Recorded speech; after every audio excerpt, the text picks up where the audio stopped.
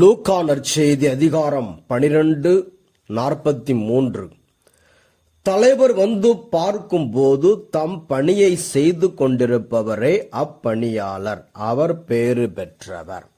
இறையேசுவில் அன்புமிக்க சகோதர சகோதரிகளே, நாம் ஒவ்வொருவருக்கும் கடவுள் பொறுப்பை கொடுத்திருக்கிறார்.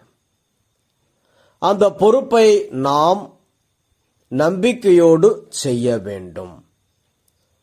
மோசேயின் பெற்றோர்கள் மோசே பிறந்த பொழுது அரசர் சொல்லுகின்றான், குழந்தைகளை நைல் நதியில் எரிந்து விடுங்கள், இல்லை என்றால் நாங்கள் கொன்று விடுவோம் என்று.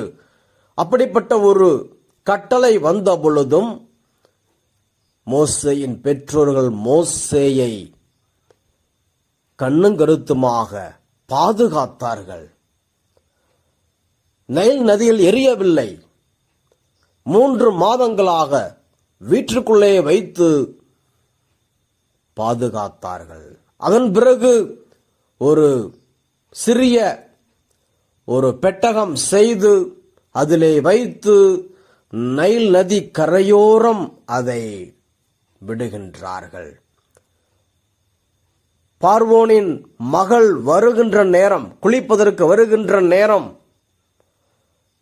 ஆக கடவுள் கரத்திலே ஒப்படைக்கிறார்கள். நீங்க பார்த்துக்கங்க ஆண்டவரே, இவ்வளவு நாட்களாக நாங்கள் பார்த்தோம், இனிமேல் நீங்கள் பார்த்துக் கொள்ளுங்கள் என்று கடவுள் கரத்திலே ஒப்பு கொடுத்தார்கள். பார்வோனின் மகள் வந்தார். அந்த குழந்தையை எடுத்து தன் குழந்தையாக வளர்க்க ஆரம்பித்தார். ஆம் அன்பார்ந்தவர்களே, நம் குடும்பத்தை ஒவ்வொரு நாளும் இறைவனின் கரத்திலே ஒப்பு கொடுக்க வேண்டும். ஒவ்வொரு நாளும் யோபுவை போல நம் குடும்ப நபர்களுக்காக ஜெபிக்க வேண்டும். இயேசுவின் இரத்தத்தால் நம் குடும்பத்தை சுற்றிலும் வேலி போட வேண்டும். சாத்தான் நம் குடும்பத்தை தொடாமல் நாம் ஜெபம் என்கின்ற ஆயுதத்தை எடுத்து நாம் காத்து கொள்ள வேண்டும். மோசேயின் பெற்றோர்கள் அவ்வாறு விசுவாசம், ஜெபம் என்கின்ற ஆயுதத்தை எடுத்தார்கள்.